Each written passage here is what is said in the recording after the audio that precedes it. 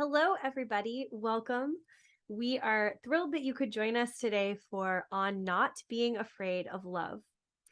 My name is Alex Elliott, and I'm the Senior Manager for Events and Engagement for the Public Programs Department of California Institute of Integral Studies, which is a nonprofit university in San Francisco. As many of us are descendants of settlers, immigrants, or descendants of those who were forcefully brought to this continent, we, CIIS public programs, must recognize and never forget that our university's building in San Francisco occupies traditional, unceded Ramaytush Ohlone lands. If you are interested in learning more about Native lands, languages, and territories, we encourage you to visit native-land.ca. Now, let me first introduce our presenters, Mimi Zhu and Fariha Róisín, and then we will get right to their conversation. Fariha Róisín is a multidisciplinary artist based in Los Angeles, California. As a Muslim queer Bangladeshi, she is interested in the margins, liminality, otherness, and the mercurial nature of being. Her work has pioneered a refreshing and renewed conversation about wellness, contemporary Islam, and queer identities, and has been featured in the New York Times, Al Jazeera, The Guardian, and Vogue. She is the author of the poetry collection How to Cure a Ghost, the novel Like a Bird, and the new book Who is Wellness For? Mimi Zhu is a queer Chinese-Australian writer and artist. They explore the many intersections of love and fear, and they facilitate workshops that are dedicated to the healing power of the written word. Their work has been featured in the New York Times, Paper, The Guardian, Slate, ArtNet, and more. They are based in Brooklyn, New York. And now it is my absolute pleasure to turn it over to Mimi and Fariha.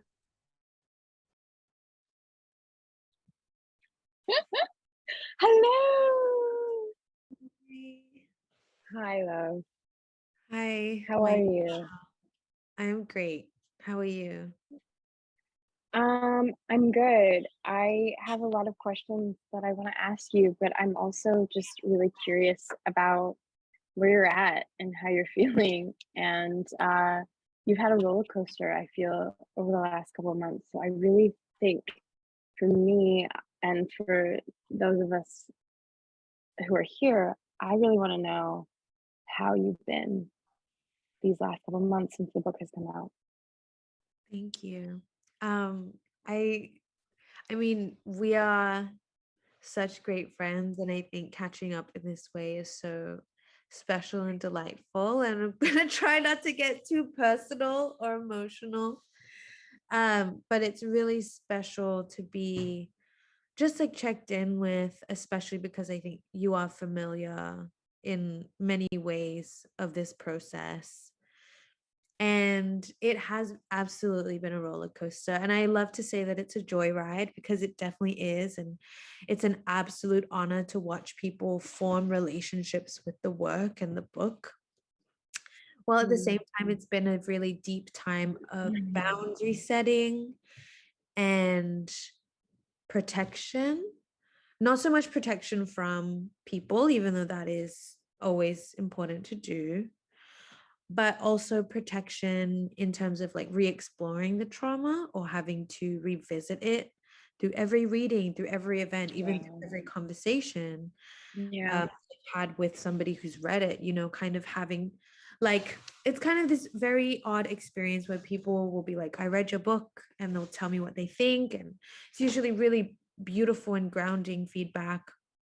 And I just know that they know. I'm like, you know what I've been through because I wrote a book about it. And so you see this layer of me that is not necessarily something that I present publicly or by appearance, but because of this work that I have written and I have gifted to the world, you know what's up. And there's this level of intimacy there's this level of closeness there. And I'm just trying to navigate it all, honestly. And at the end of the day, I'm more than grateful and I'm blessed and I feel so happy. And at the same time, I'm resting and I don't feel bad about it. Yeah. Oh my God, that's amazing.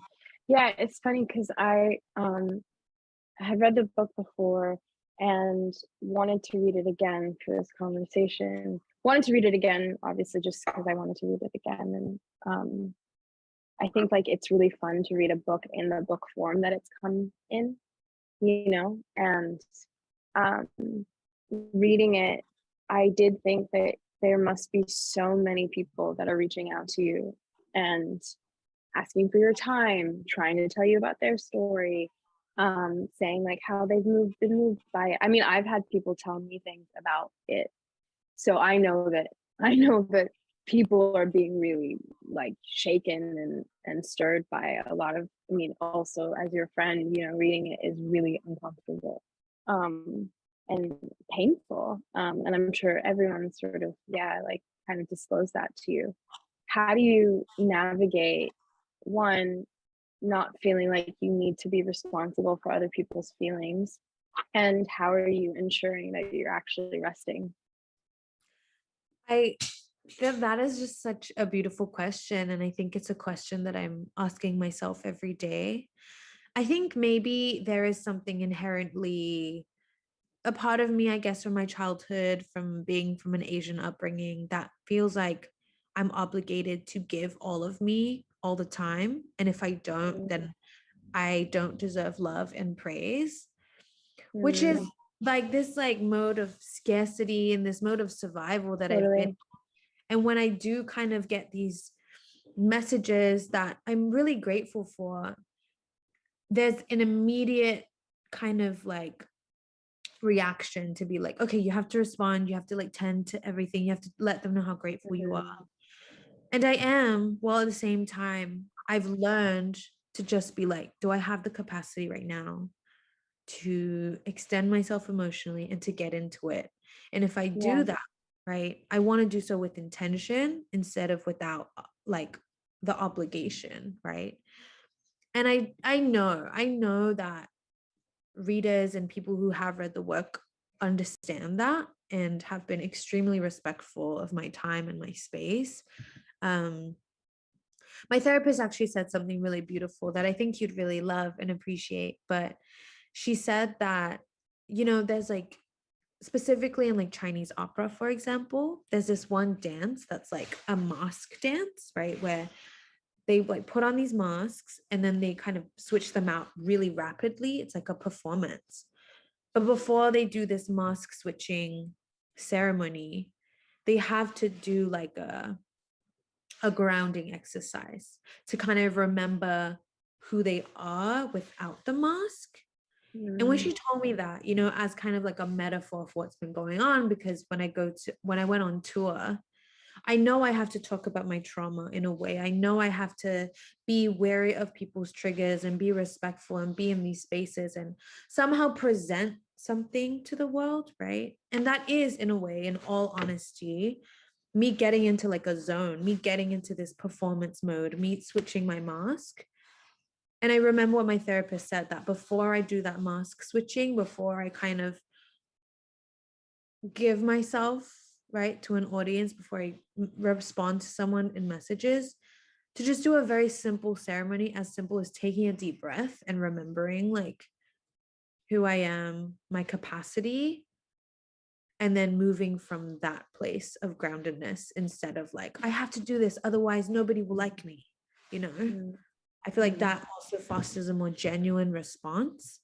Yeah, Um, yeah, so I guess just like deep breathing. Deep breathing has been really helpful. And also spacing out my tour like a lot. Like mm, in the last month, I did 6 events. And wow. yeah, and I went to Toronto, which I've never been to before. So I got to see a new city. Um, well, at the same time, by the end of it, I learned that I did push myself a little bit. And that was a great lesson, because in all this like care work that we talk about and that we practice, I must remember to not forget about caring for myself. So that's Yeah. been like push and pull of this whole process. And yeah, I appreciate you for asking that, because I know that you have probably gone through the same. And I wanted to ask you, like, how have you been? How have the last few months been? How is your process as well? I have been going through a really deep depression. And like that's just been where I've been at. I've just been struggling quite badly. Mm.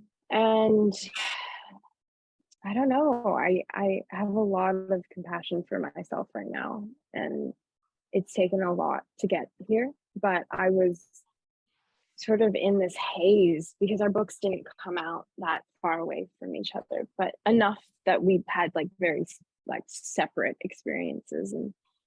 And but like this whole year was pretty brutal with everything with the book and like this legal process, and then having the book out and feeling so vulnerable. Exactly what you said, like people know everything about your life and you're just like, I don't, feeling a lot of shame and embarrassment, like oversharing, and like feeling like, God, like, am I really doing this with my life?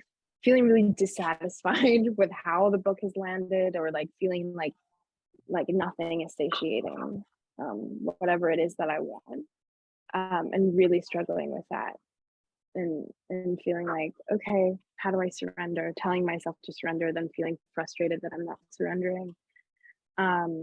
It's been a really big spiral dance with myself.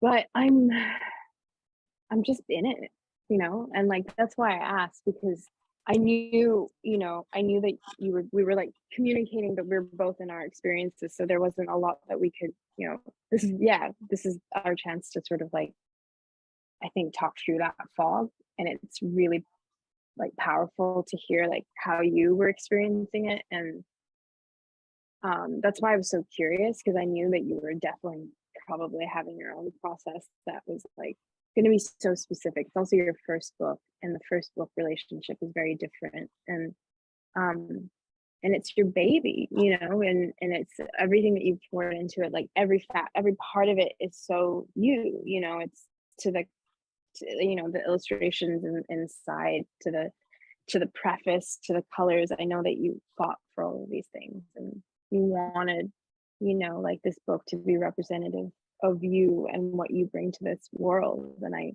know how hard that is, to do that with your art, how much you have to advocate for yourself, to even get this book made, how much you had to do. So yeah, I am really curious about sort of the rest process for you, and also just like how you negotiate those things. So thank you for sharing that. Like, I know it's an up and down joyride, as you said. And thank you for sharing. Like, you're just so fucking real, like you're like since the beginning. And I remember sitting at your event when your book came out in Brooklyn, and you talking about how like your dreams have changed shape, right? Like I think what we move within literary spaces, and we're told like what to expect and what to hope for in terms of like a book being like a bestseller, and like whatever, like reaching these Yeah. milestones of success. And I am not like, I'm embarrassed to say it, but I'm not ashamed to say that I had those wishes too. I had these like bestseller dreams in mind, and all these like, I was wanting to do it big, of course, and that's not a bad thing. And that's what we're told to hope for. Well, at the same time, I think it's complex because it is about our trauma, right? Like these books are about our deep trauma, and it's like almost They're they're like inextricably linked. Yeah, totally. The that's validation. Yeah. right. Exactly. Like it's like yeah, like the more people read this, the more I feel validated in my experience. It's also completely earth-shattering, and I'm sure this happens to you too, to have people come up to me and tell me their very similar experiences. I'm like, how many fucking people are going through any kind of intimate violence, right? And why does it feel like we have such limited resources, right? Like a lot of the feedback that I've got is like, I haven't read something like this, etc. And I'm like, neither have I. And I really want us to be able to engage in these conversations with each other, while at the same time being aware of the complete heartbreak knowing that this is happening so often, right? And then on top of that, writing about our trauma, fighting to have it kind of in this body of work, and then Yeah. wanting it to reach these milestones. It's like a complicated Beast. It's such it's a beast. yeah, Exactly. it's such a beast. And so I'm so grateful for you that we are kind of in parallel with these experiences. And Yeah. yeah.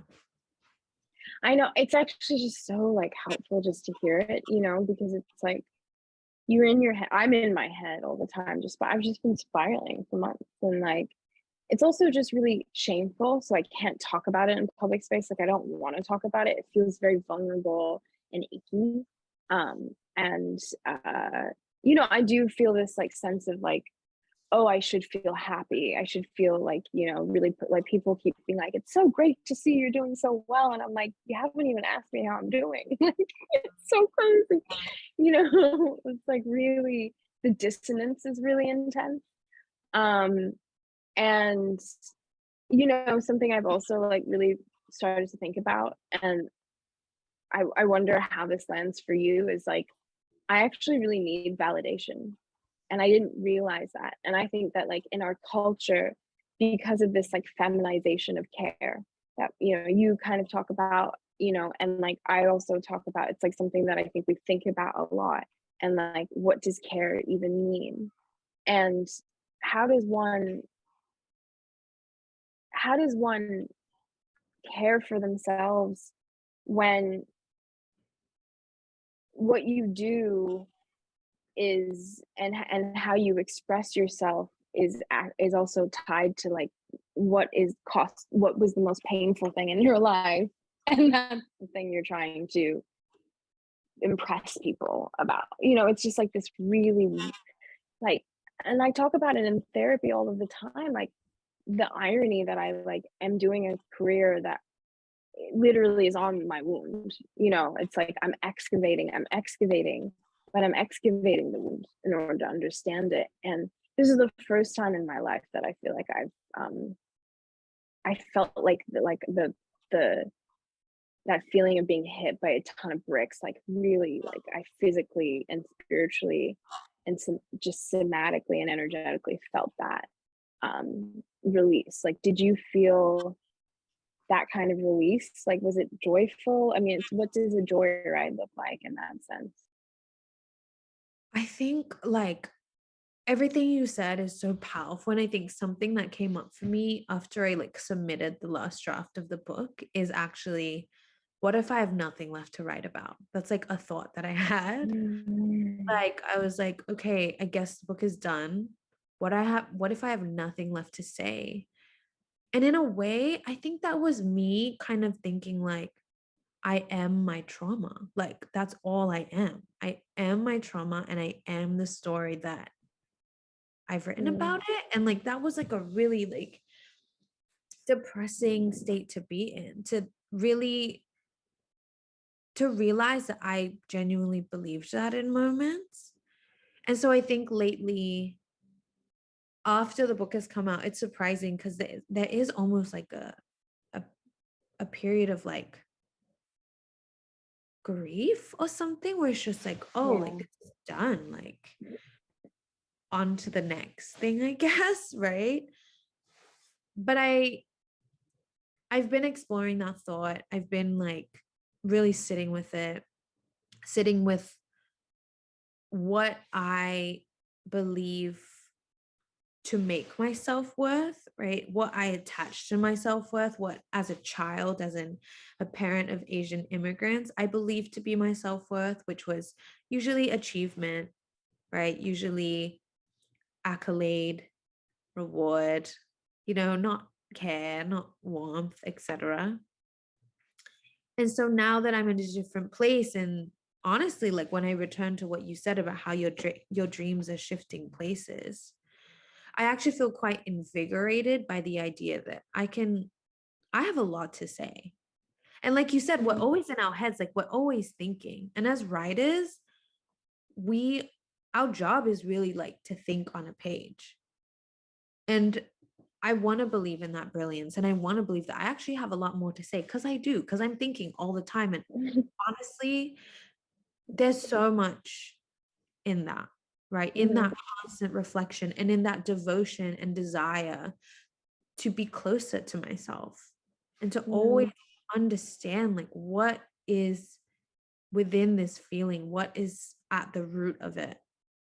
And so I'm not so much in that place of scarcity anymore, but that conundrum that you were describing before, it is such a specific and unique one. And I think it does come from this place where we believe that we can only take on the role as caretakers for others and not so much just take care of ourselves, take care of our big brains, like we're allowed to do that. And we're allowed to write about whatever we want. It doesn't just have to be about our pain. Yeah, exactly. Imagine. Well, yeah, I actually want to talk to you about love and a lot of other things. And something that I really love about the book is, we really get a sense of like what you're reading, who you're inspired by. There's like so many other references, and I was curious what really helped you. Like, did you read anything? Were there writers that you turned to, like North Stars, or like was there a movie that really helped you, a song that really moved you, or many of them, while you were specifically birthing this book that like has a lasting memory with you? I love that question. And I feel like it kind of ties into what I was saying before about having this false belief that I had nothing left to say. Because I actually feel like when I am in connection to anybody else's art, especially artists that I feel really connected to, I'm always in dialogue and I'm always like invigorated. And I find myself like journaling about like a song that I listened to on the bus, or journaling for hours about a movie that I watched. And so that's like, there's a generativeness to that, and just indulging in other people's art. And I thought that was really important to constantly cite in the book, to always refer to the people, including you, who have inspired me so deeply and have invigorated my spirit in that way. And my process for writing the book was like, I would write one day, like I'd take a whole day to write, and then the next day I just read all day. I wouldn't write a single word, I just read. And I got through so many books like that. And I'm so happy because they were books that I've been wanting to read just in general. I read books by like Tyson Yunkaporta and Robin Wall Camara and Bell Hooks, of course, and Audre Lorde. And those in general are like my literary idols and ancestors. And just being able to read them for the research process, I think was really important, because I'm like, I don't just want to research like academic texts that are not usually in my like rotation of absorbing art. I actually want to just reference the books that guide me through my everyday life and bring me closer to love every single day, right? And there's a blessing and a privilege in that. I also like made this 800 song playlist because music is so important, I think, in the writing process as well. I have a flair for the dramatic, I realize. So I love just a cinematic soundtrack when we write. I mean, I think writers are pretty dramatic. And I watched a lot of film. I watched a lot of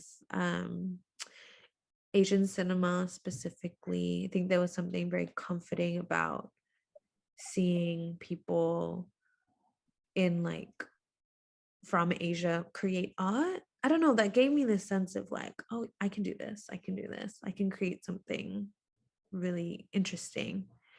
And What were you watching? I specifically reference one movie in the book, Hirokazu Koreeda's Afterlife. So beautiful. I watched all his films. I watched a lot of Abbas Kiarostami, Edward Yang, very like, I realized there was a theme there, and it was all very like slice of life kind of movies, but very much based on relationship dynamics. Mhm. which made a lot of sense because I was ultimately writing a book about relationships. And so witnessing people Mhm. in these nuanced and complex relationships, conveying emotions that kind of get triggered through relationships was really helpful. So, yeah, Mm. I have been able to write because I've been able to be in dialogue with other artists. And I don't think I could be the writer I am today without that. Yeah. Yeah, yeah. I mean, none of us should be. It's so beautiful to see that, and I think that that is like why I kind of asked that question right after you were talking about like that feeling of like, will I ever have anything to write ever again? It is what art that brings us back to our own writing and to our own art. It's the experience of art, and I think that something really beautiful about our relationship is our ability to have always done that for each other or ourselves, and the ways in which we have shared communication. And we're both Asian Australian. We both come from this very specific you know land, and then like specific experience, and then being Asian, which is very different. Being East Asian is very different in Australia than it is being in America. And so all of those like sort of cultural shorthands that we have, I think Edward Yang, Abbas Kiarostami, like they are all of these like filmmakers and like people that I think like that are in our constellations. And I've always found that really exciting about your mind, the Yeah. ways in which like that expands and comes into your own art.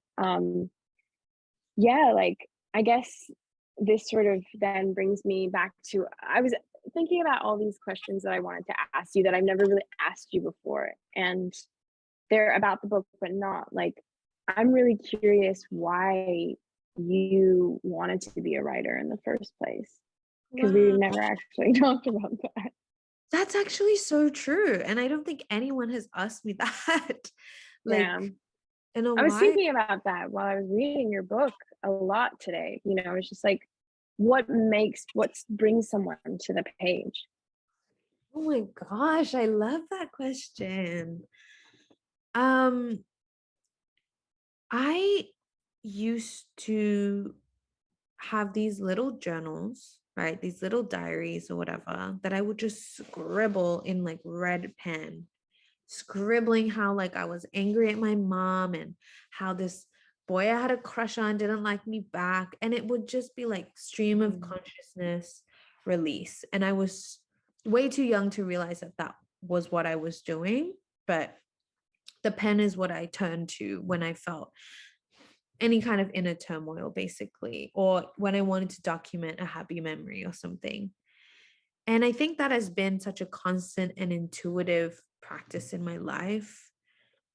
But it was really hard for me to call myself a writer until extremely recently, actually. mm, I also have a background in music journalism, and I would interview a lot of artists and talk to a lot of artists, and I write about their art. And in a mm, way, I felt like I was avoiding creating my own through just mm, like talking to artists about their art and almost living vicariously through them. And I kind of got to a point where I was genuinely just scribbling in notebooks and journals over and over again, and believing that my writing could only be like a me thing. It could only be something for my eyes. It could only be something for mm, myself to experience. And then I kind of took a leap and started sharing some of the things that I wrote literally on social media or in a newsletter. And I think there is just something, I mean, writing has just always saved my life.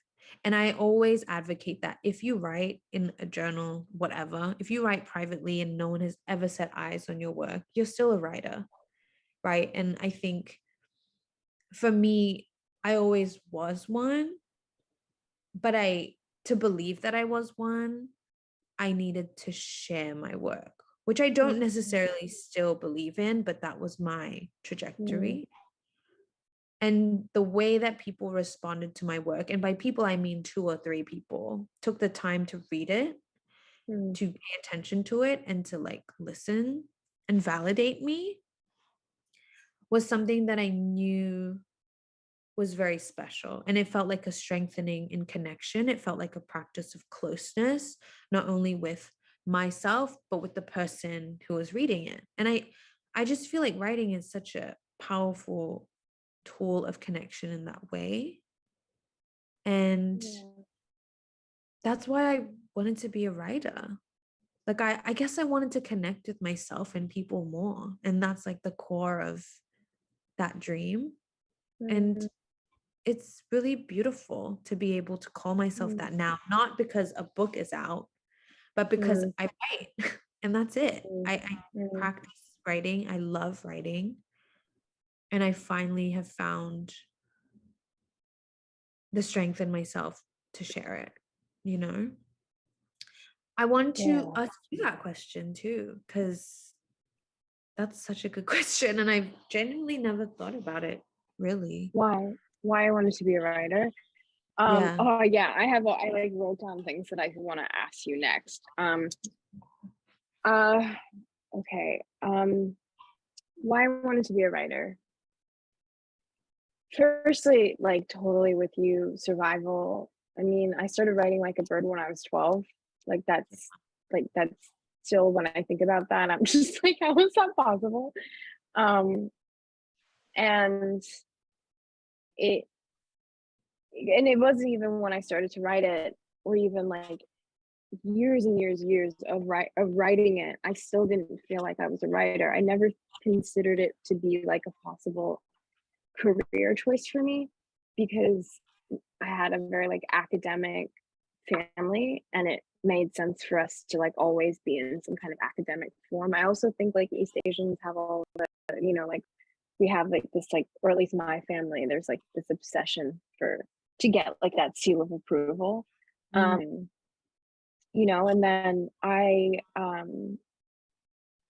just wasn't.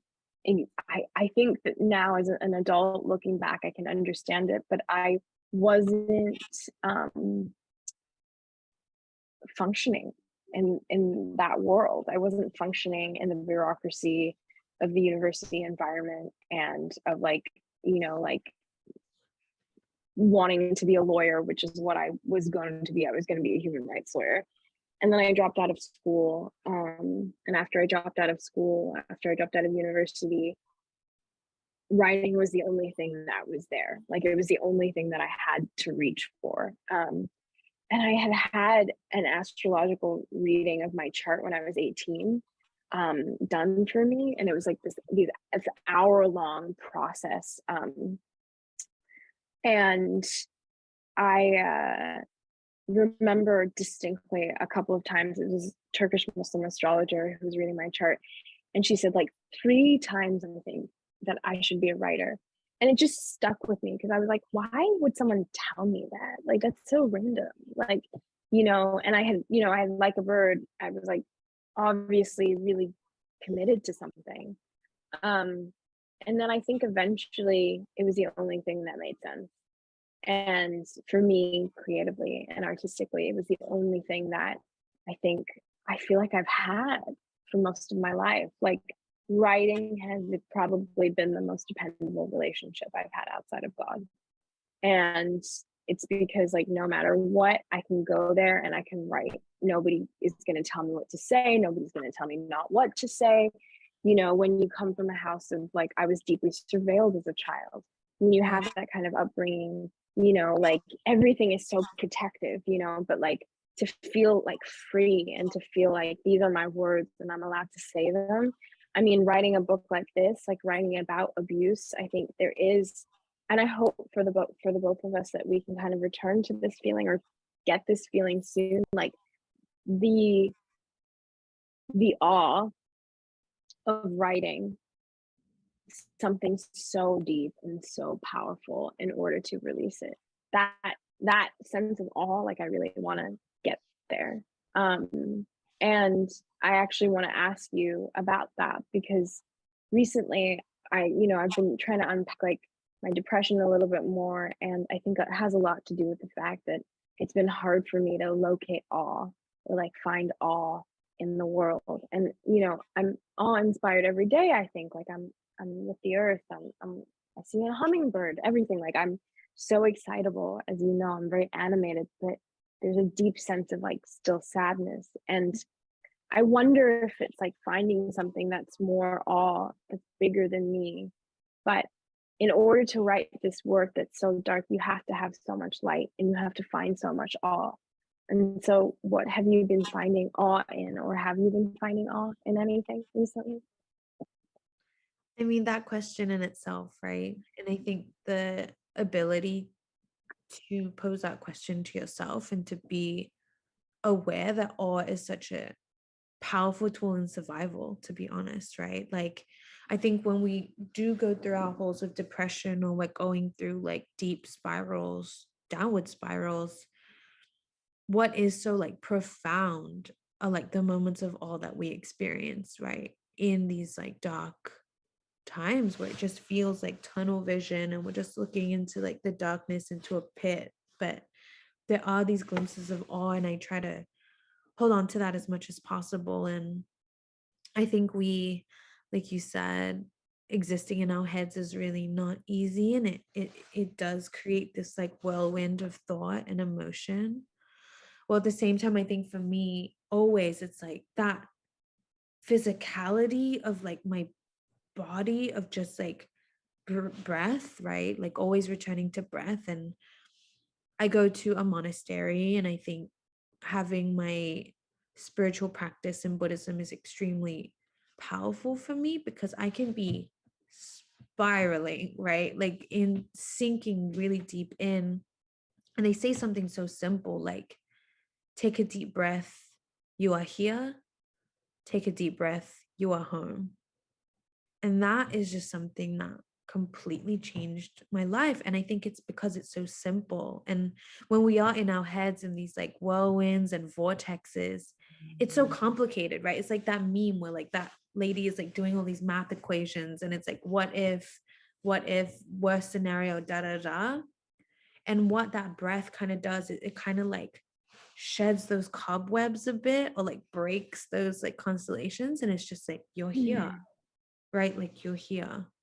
And that for me provides a sense of awe. That for me allows me to notice like the fern that is unfurling next to me, right? Or the change of temperature in the air, or the beam of sunlight that shines through, or the way that like when we light incense, like smoke doesn't travel in a straight line, like really mm, simple mm, moments that create awe, that remind me that my loving being is connected to all loving beings, right? And that's not easy. That's the thing. It's like actually not easy at all. And awe is so simple, but I think what our society and like the systemic violence that surrounds us kind of wants is to strip that simplicity away and like make everything so complicated, right? Making having food on our plates and a roof over our heads extremely complicated. And I think what awe does, it calls in the simple, and that in itself is extremely profound. And it now requires a lot of skill of like giving yourself permission to pause.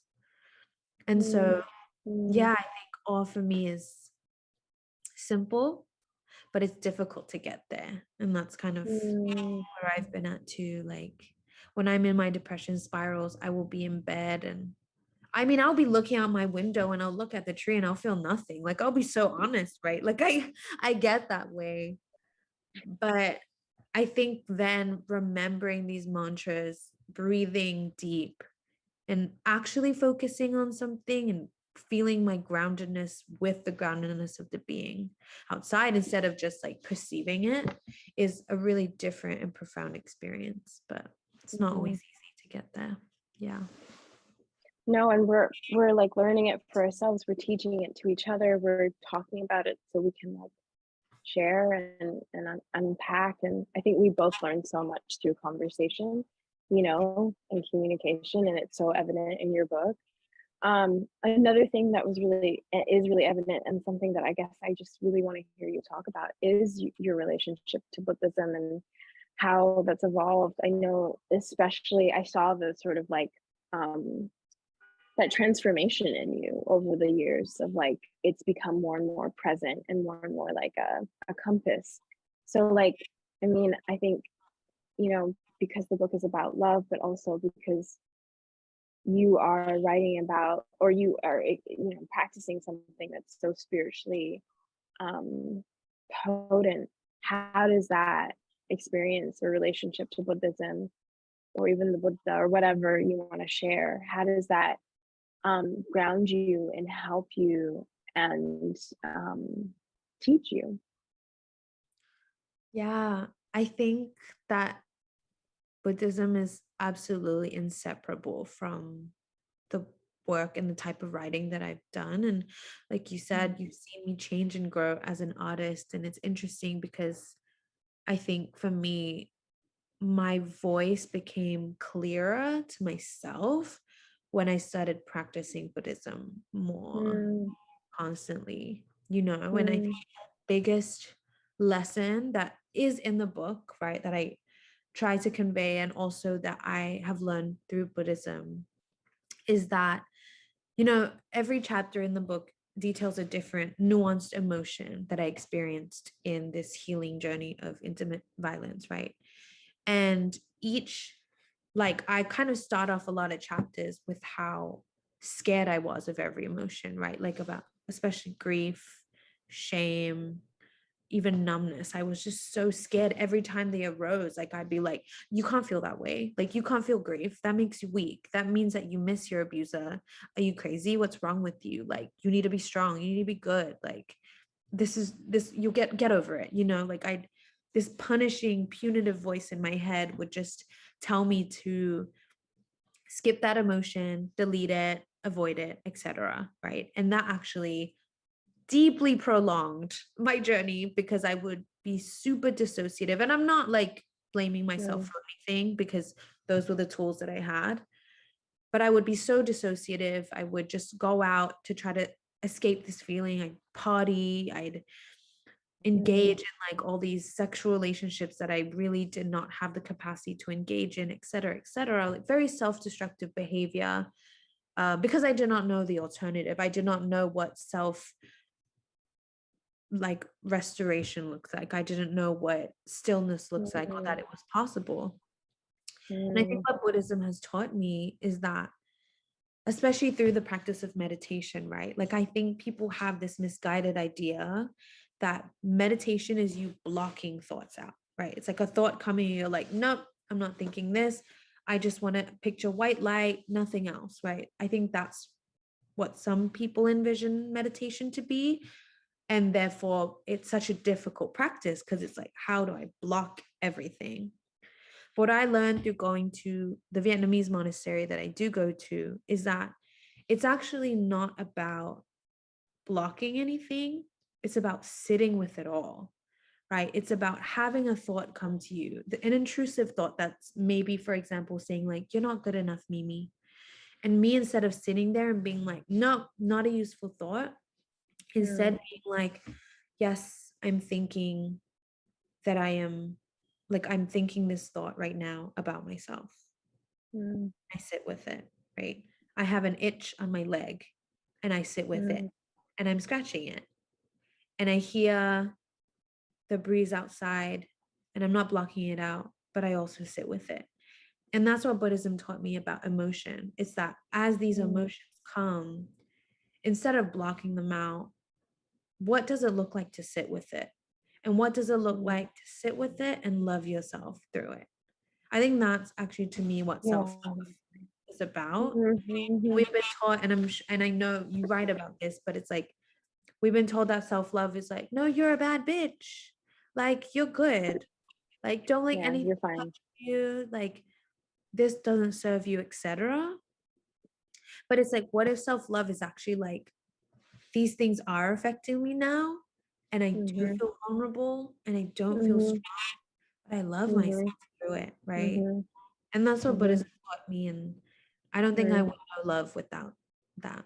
mhm, mhm. Yeah, because it's also like when you were talking, what I was thinking about is like we come from cultures where deep inquiry was at the cornerstone of civilization. And like, you know, Buddhism comes from a man literally sitting underneath a tree and being like thinking about, and like, or like just processing and transmuting what no one had ever really tried to do like him before. And it's so powerful that,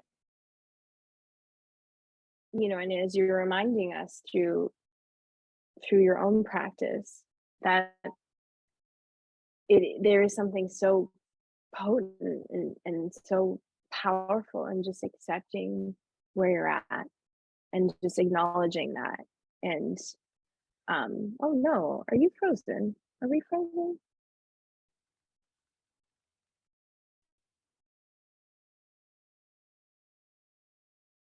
Okay, I think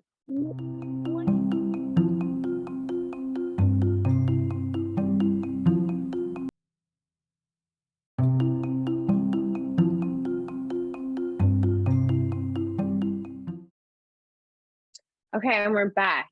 Yay! Sorry, Just the everyone. technical difficulties. So we were talking about Buddhism, Yes. and I want to go back to that because I was saying how I think one of the last things I said was we come from people, lineages, ancestors that were deeply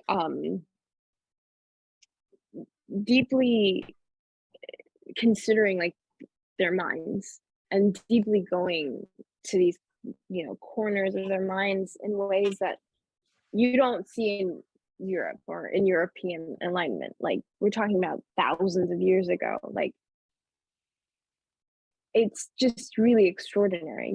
Buddhism arrived to the world 3,500 years ago. And so the thing that really stuck with me while you were talking is that that's where we come from. And so of course it makes sense that this like your Buddhist practice that you're experiencing right now is really centering the importance of actually acknowledging those thoughts and acknowledging and understanding that we are contradictions, and we are constantly having to contradict, our minds are contradicting us. And so we're also mortal beings. And I wrote this in Who's Wellness For because there's a meditation chapter, and when I was doing the research on that, something that really moved me was like, meditation is also death awareness. It's an understanding that we are going to die, and so it's to be present with that impermanent state, and fully aware of the kind of like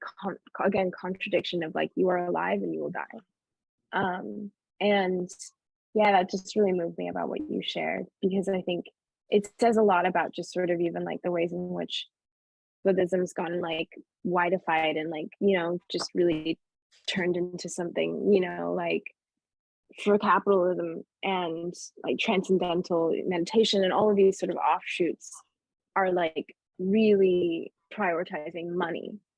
And the lineages that actually these like practices come from privileged and prioritized true unpacking of oneself and one's mortality and questioning of one's being on just a far more deeper level, I think. And I think what's exciting about your book too is just like, and you were saying this, it's like a book like this hasn't existed before, and you're creating a new discourse in so many different ways with all of the things that you're bringing to the table. And Buddhism is just one of those things too. Like, as you said, you wouldn't be able to write about love if you didn't have this practice. And I think that's very clear to me. Like, as I'm reading you, I'm like thinking like, how did you get from A to Z? How did you get from this to here? Right? Like, that's extraordinary. That should be awe-inspiring. And I think Buddhism is really that answer of like, when you're able to sort of remember and ground in something beyond you, and that is God and spirit, Yeah. then you're inevitably connected to something higher. Yeah. Yeah. And that fills me with awe. I think that, like you said, it was from this like A to D, which you have seen me in all those ways. And even I think before that, I felt before we saw each other, before we met each other, just knowing how we're both Asian Australian and how we have our stories and experiences in those places, it is an honor for you to have witnessed that. And I think you have seen as well that it's been so gradual, and it's not because I've necessarily attended like elite Ivy League writing workshops, because I definitely haven't. It's because I've just learned to have compassion for myself and learned to Mm, be kind to myself while writing about really difficult truths. And I think that mm, has pushed me to be the writer that I am today. And like you said before, and it really moves me when you talked about how you were surveilled your whole life and writing is where you felt free, because that's exactly what it is. It's mm, where we feel safe. It's mm, carving out safety for ourselves as survivors. And I think what that takes is actually believing that we deserve to feel safe in the first place, which is why I am where I am today, because I finally realized that I deserve to feel safe and I deserve to feel protected, as do you, right? And as you fought for your book, I know that you went through your legal battles and you were fighting for your safety. Like I was watching you do that, and your freedom. And that is the most important thing. yeah, yeah. Um, I want to end on love because we only have a few more minutes.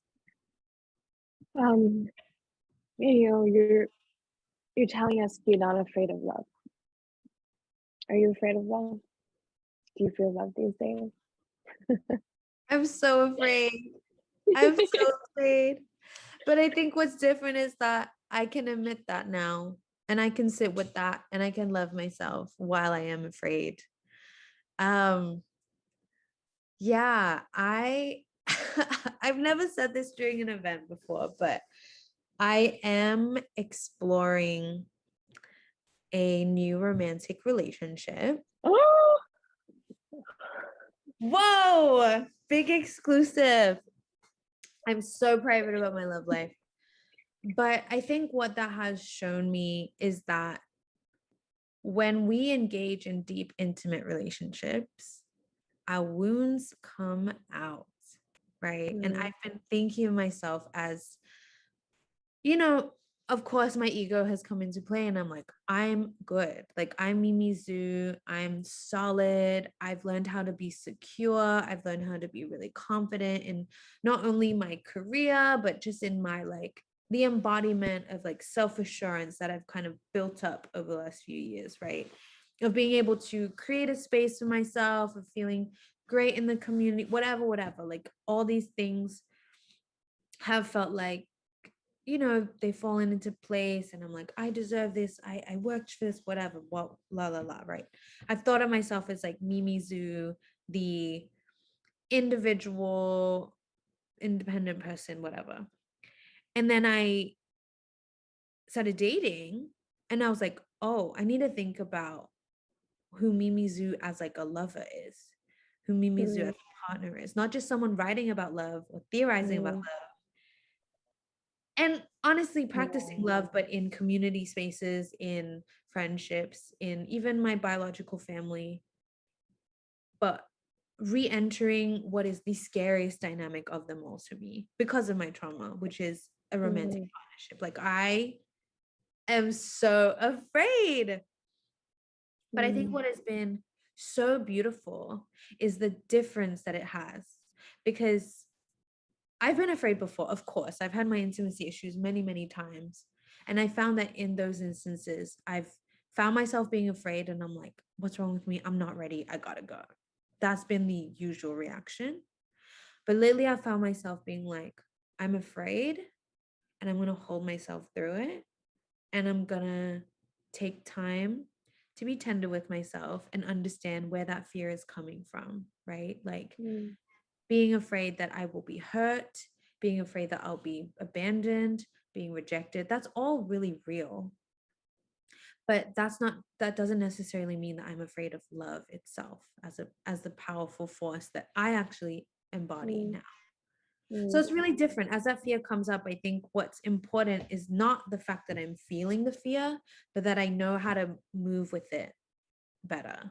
Or I mm, have new tools now, right? mm, Including the art that I'm absorbing, the breathing meditation that I do, these new tools that are just like, okay, you're afraid. So let's move through this together. mm, My therapist, again, shout out to Aditi, but she really taught me that. She taught me how to do this thing where I actually have a conversation with my fear. And that has been so helpful. And she mm, loves this whole like um role play vibe, but like where I'm playing like myself and then I'm playing my fear. And we've done a role play before. I'm playing myself and where I'm playing my mom. And that was like mortifying for me because I'm like I had to do it in front of her on like a couch in a therapist's office. And I was just like, my inner theater kid was coming out. Like I was just freaking out. But I have been doing that actually lately, where I've been role playing as myself and then being myself and then role playing as my fear and just wow. having a chat. And Wow. it's really cool. And I Yeah. really advise anybody, if you get some moment of solitude, if you're alone in your room or even your shower, you know, to just have a conversation with your fear, because I can assure you that it will make your fear less monstrous, right? Mhm, You'll actually see what your fear is telling you. So I mhm, say that all to say, yes, I am very afraid, but I am in love with myself, even as I move through the fear. And so I am afraid of love while at the same time I'm moving through the fear with love. And that feels amazing. mm. Yeah. It's so new, and it's so like that's how you build safety. Yeah. Um, you do it through the trial and error of that experience. I think what's so powerful also that you're in this experience when there's like all of this cataclysmic shift happening around you, and like you're also like all of the teaching that you've um, had an experience over the last couple of years. Now you're getting to and like through writing this book, now you're getting to like not put into action, because this is, I think, in a lot of ways like grieving a past version of you, but it's also hopeful. There is this hopefulness.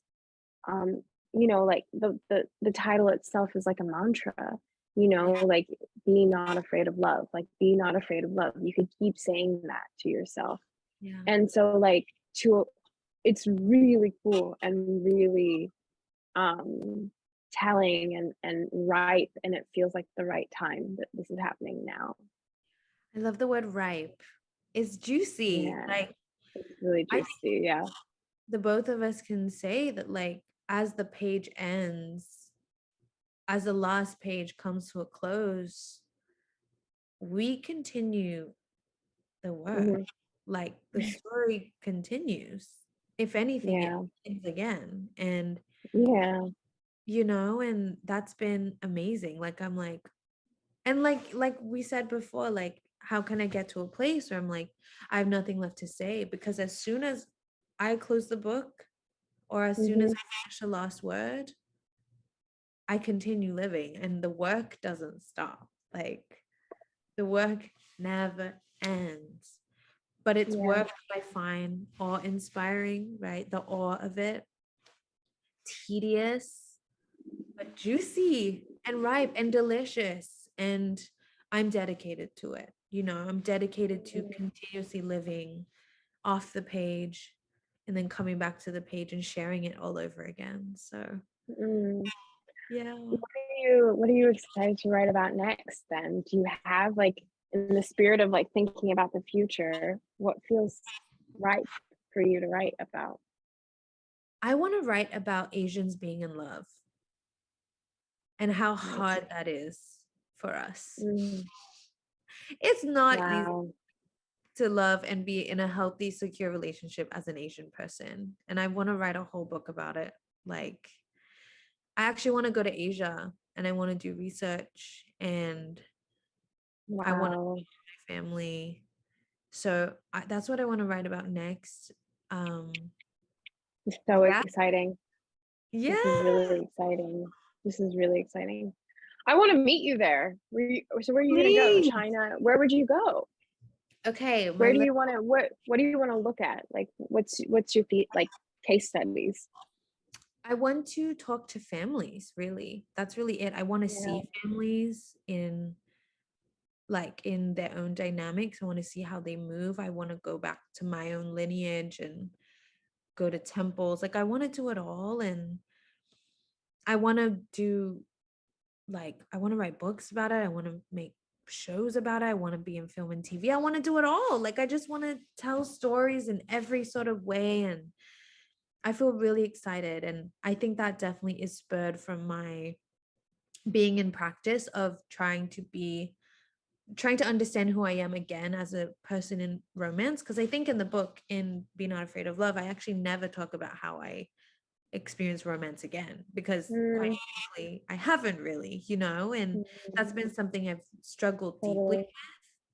So, like I said, when the last page is done, it continues, and my struggle with romance continues. And now that I'm kind of exploring it in my own way, I'm so interested in seeing like the lineage of romance in Asian culture. Like, what is Yeah. it? Where is it? Yeah. Oh my God. I also think that like what's really cool, and this is what I hope for you, is that yeah, the page doesn't end and a new story can be written. A beautiful story can be written. A healed story can be written of what your experience with love. I mean, that's the hope, right? Like it's that you're ever evolving and ever changing, and that the lessons are not the same. So the experiences are different.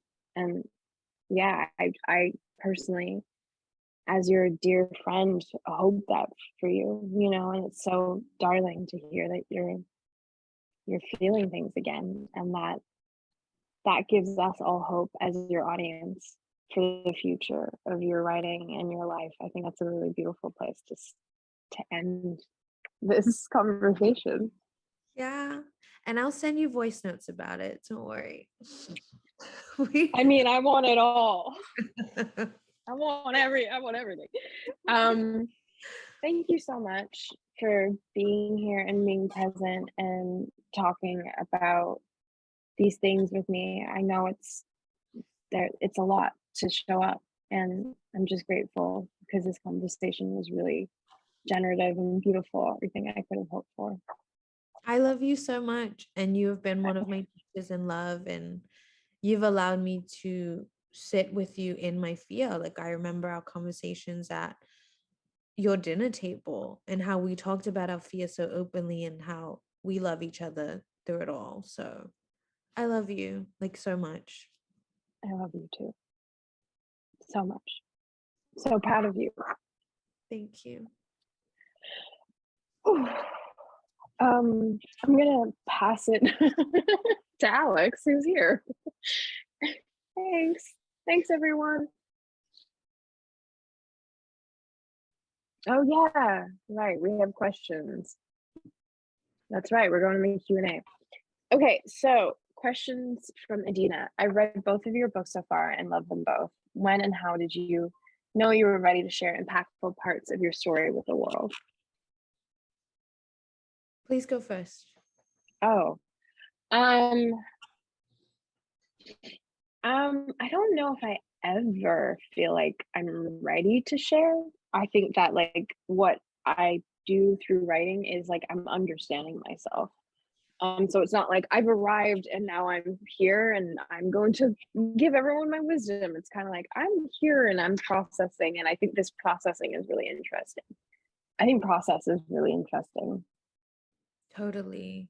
You know, like Yeah. how about you, babe? I want to echo that. Like it's not like we do get to a place where like, yep, like I'm ready now. It's kind of an experimental process, right? Yeah, Of totally. sharing these parts of yourself. And maybe it is more about you feeling comfortable with sharing things with yourself to then Mm, extending it for other people to read. mhm. I think in the same Right. breath, I want to emphasize the idea that it's also okay to not share parts of yourself, Mhm, right? And I think I've really learned that as a writer too, where I mhm. felt like Yeah. I thought I had to share everything. Once like the kind of pipe burst open and I was sharing and people were responding and I was like, oh my God, this feels so good. I always felt obligated to share everything. And I think it's really beautiful to also realize that you don't have to share everything with everyone. And there are some things you can keep to yourself. And so I think that discernment has been really helpful for me.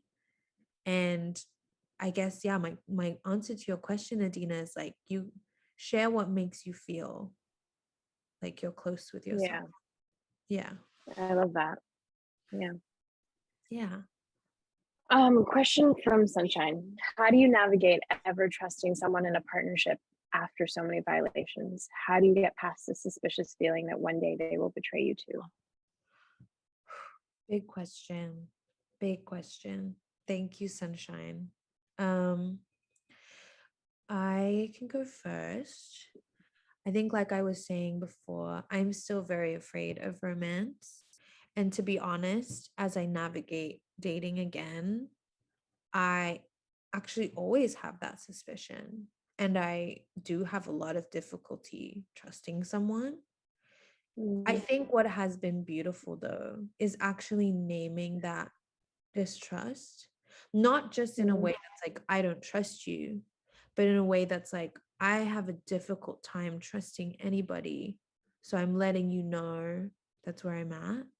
And also seeing how that partner or that person that you're exploring this relationship with holds that, right? How they mm, kind of hold you in that honesty. mhm, I think a really like common thing that I've heard is that when I tell people that I'm just meeting, like, I wrote this book and they ask me what it's about, they say, they hear the title, Be Not Afraid of Love, and they're like, oh, I need that. I'm so afraid.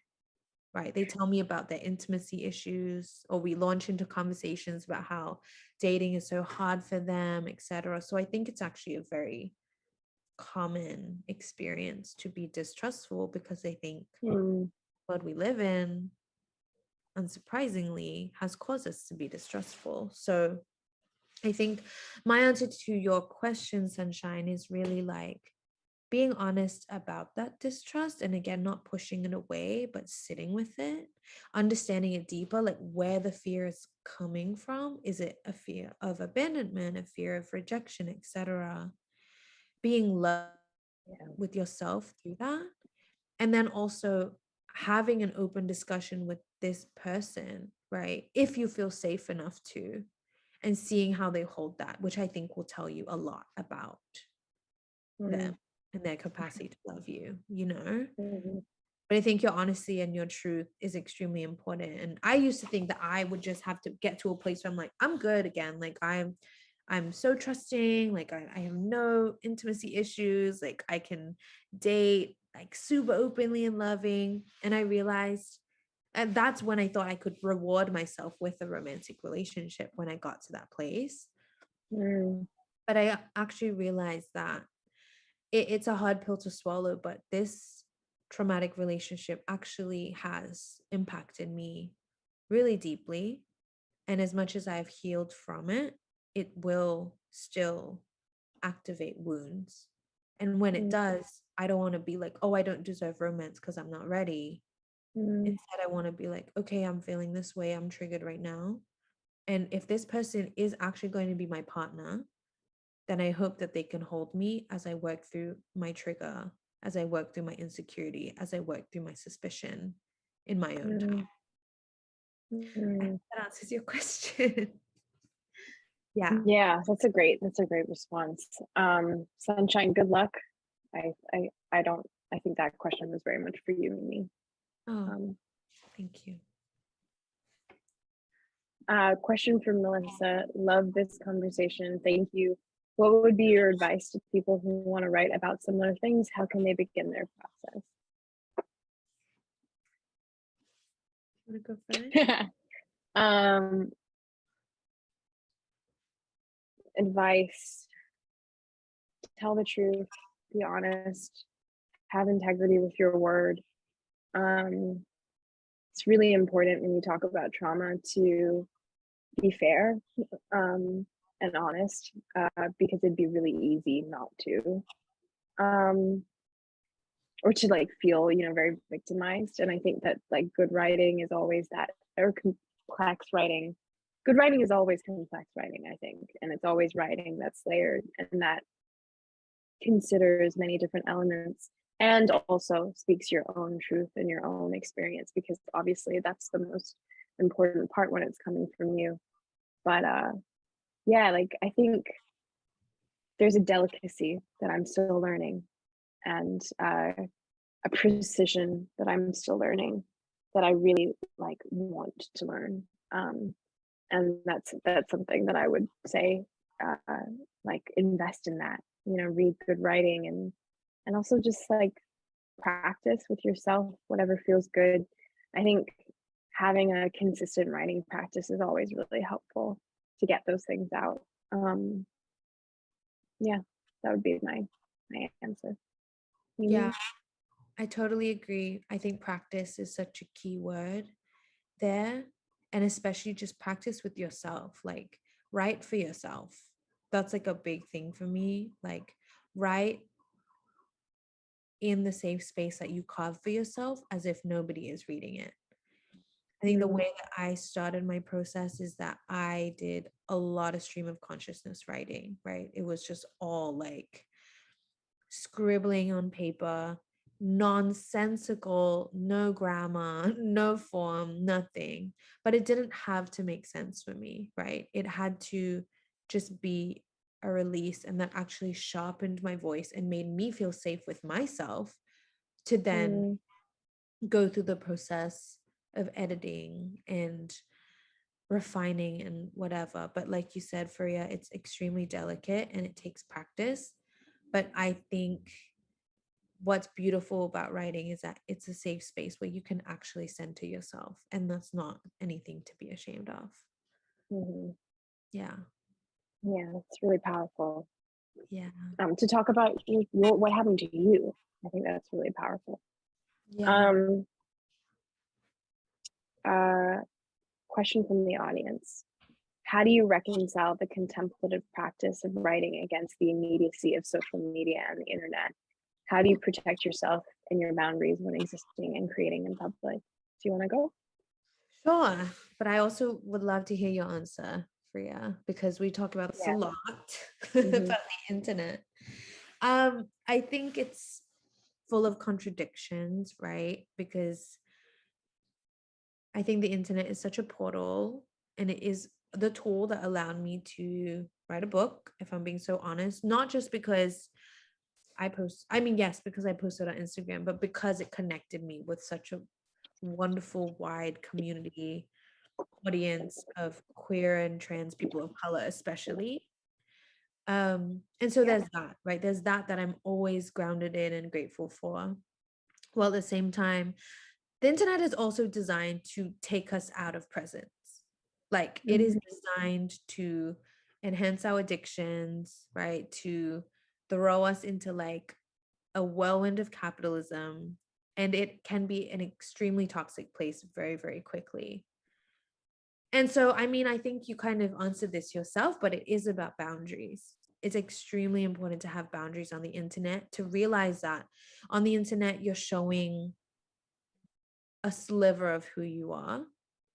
And we Yeah. do have the agency to choose what we share. I just don't want to get sucked into the belief that what I share on the internet is the entirety of who I am. So, in that, being extremely intentional about what I share, how I share it, and also how I experience the feedback that I get from that, right? Mm, And not taking it so personally, not like this is a reflection of who I am, but this is mm, just an interpretation of what I shared. And that's been really great, actually, to kind of externalize these things. mm. And so, a big boundary for me: notifications off, do not disturb mode Don't know on, her. Yeah. right? Yeah. I try not to check my DMs that often, and if I do it once a week and not Mm, constantly. And again, going back to what I said in the first question, I actually think it's really okay to not share everything. mm, Even though my job is to be honest and to be candid and open, it's okay to keep things to yourself because the internet kind of does flatten a lot of things. And I don't really want some things in my life to be flattened. So, yeah. What about you, Freya? oh my gosh, I hate the internet so much.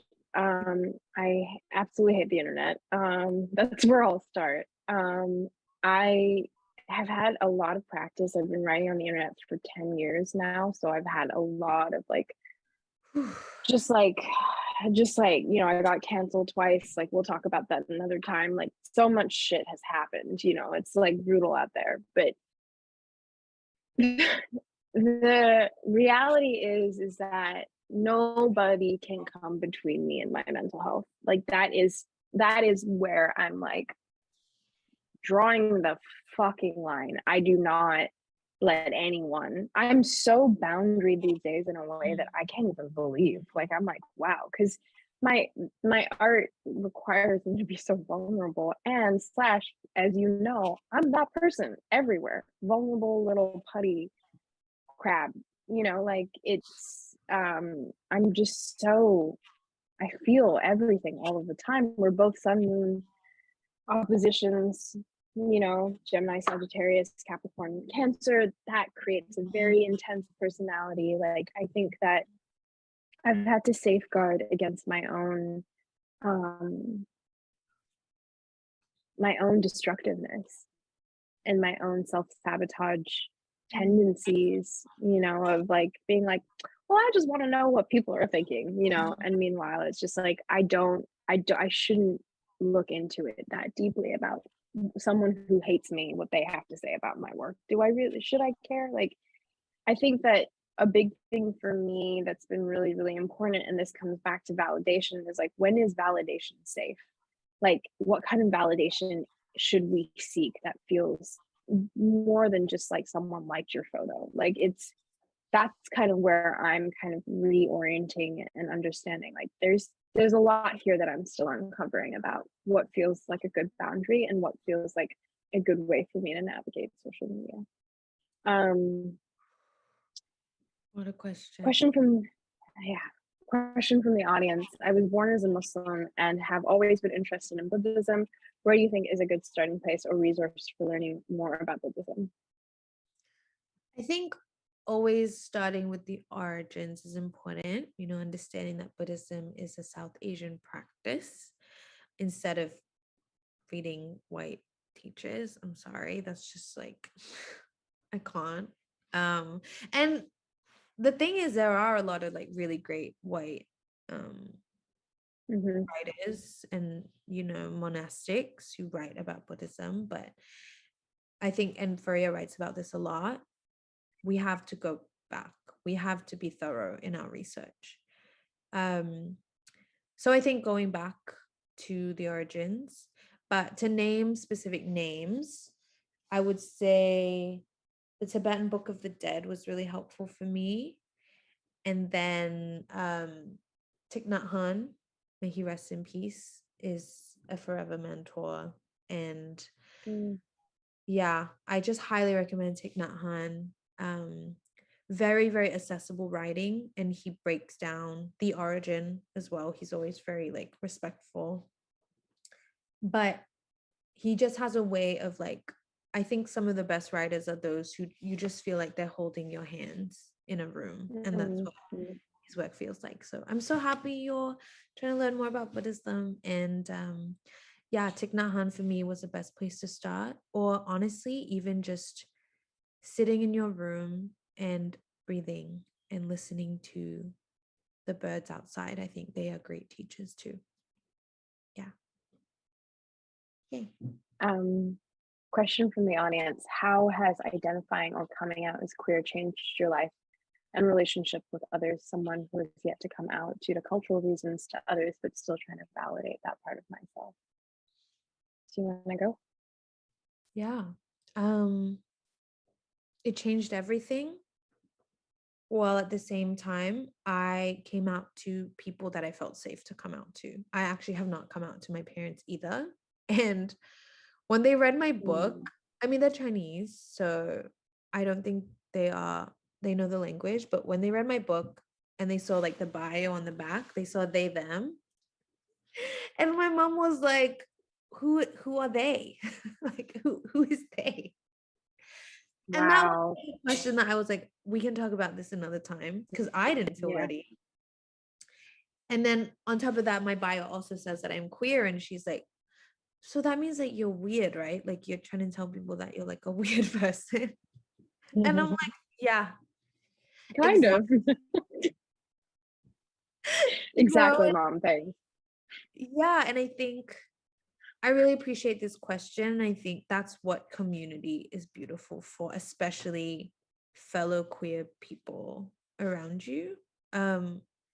Because you like, I know there's like National Coming Out Day or whatever, but I've always been really hesitant about those things because it puts pressure onto queer people to do something that they might not feel safe doing.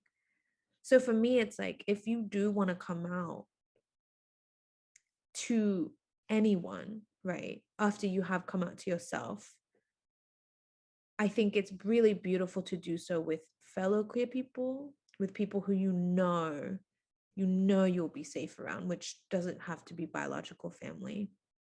But it's Yeah. completely changed me because I was able to actually reshape and relearn love through relationships with queer people. And I think that's the work of what queer people do every day. I think that's the nature of queerness, is that you're actually constantly redefining what love actually is through Mhm. relationship. Yeah. I came out when I was 14. I went to an all-girls school in Australia, and I came out to everyone in school because, of course, and it changed my life. Because all of a sudden, like this thing that felt, I could talk about it, and I still had like a lot of internalized homophobia, um, like for a long time. But I think that like as much as I love, talking about queerness, and so much of my writing is about queerness, so much of my ideology is about like queerness and considering it. It's also, I think, tricky at times because I and Mimi, I wonder if you feel this too. It's like people want to distill all of your identities. It's like good, Mhm. like write all of these things that you are, like Muslim, queer, blah, blah, blah, all the Mhm. time, and I just want to be a person also who's just all of these things that I'm very open about. And again, I agree that not everybody can be or wants to be. Even the question, it's I understand and respect that people have limitations, and that's also part of the relationship to queerness. And all of it's welcome and allowed, and I think the beauty of what we're building through queer community is the possibility. Today I got asked the same question, and I was like, queerness is about possibility, and it's about the limitlessness and the existence and, yeah, possibility of utopia. Like, what does utopia look like if we were able to all exist with one another in a way that was safe, and our bodies were safe, and our sexualities were safe, and our genders were safe? But yeah, I hope that's helpful. Question from the audience. Mimi, you mentioned inner child work in your book. How do you find ways to take care of your inner child, or learning how to listen to your inner child? As a victim of abuse in my childhood, I feel as though I can't access my inner child. That's a really beautiful question to end on. And I want to hold you and thank you for asking it and sharing your experience in your childhood. I think for me, kind of bringing it to awe and bringing it to what Fariha was talking about, I don't want inner child work to ever be like romanticized, right? Because it's actually very, very difficult and challenging. But how I do it is actually in really small and simple actions. It's through like watching cartoons, actually, or like making puzzles. It's actually through giving myself permission to use my hands and not work or not tie everything I do to productivity or work. It's allowing myself to play. And that doesn't necessarily mean like that I'm sitting down with myself or my inner child and talking to my inner child, but it's actually just playing. I think that's really helpful. And something else, you know, if in the realm of inner child work in terms of talking, like the work, I guess I would say what I do is I talk to myself like a baby. And I've heard people say that this feels really cringe for them sometimes, but again, when I feel like when we talk about cringe, it's like we feel surveilled. We feel like someone's always judging us, even when we're by ourselves. When I'm completely alone, and for example, I neglect drinking water, something I do for myself is I'm like, hey, baby, are you thirsty? Exactly. Drink that Fiji water. You know, it's like, hey, baby, are you thirsty? Hey, baby, are you hungry? It's just like asking these really like basic questions to myself that surprisingly I don't ask myself all the time. So play and talking to myself like a baby really helped me get in touch with my inner child. And I love that question. Thank you. I want to add something too, because I am also a victim of childhood abuse. And I think something that's really helped me personally is holding that version of myself. Um, I started getting, I was sexually abused as a child, and it has started happening when I was 3. And being able to sort of go back to that child and love her has been one of the most extraordinary gifts I've ever given to myself, because she's so cute and it's been loving, and I for so long didn't know that. And it's been really, really healing just to be like, you are valid, and she exists with me now. For the longest time, she was like this like phantom, and now she's here. Whenever I need her, she's here, and I talk to her often, and she's like integrated in my body. And that's been really healing. So I hope that's helpful.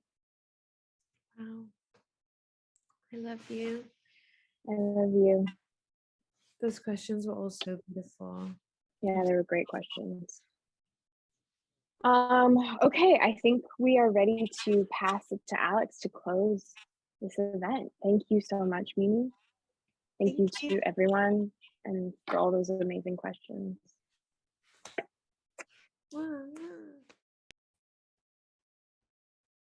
Thank you all so much for attending today. We hope you'll join us for more of our upcoming talks and workshops. This conversation was recorded, so if you'd like to watch it again or share it with your community, it will be available on our YouTube channel at this same link and later on our Facebook page. We will also be featuring this talk on our podcast, which you can find at CIISpod.com or by searching CIIS Public Programs on your favorite podcast app. Thank you again for joining us and have a wonderful night.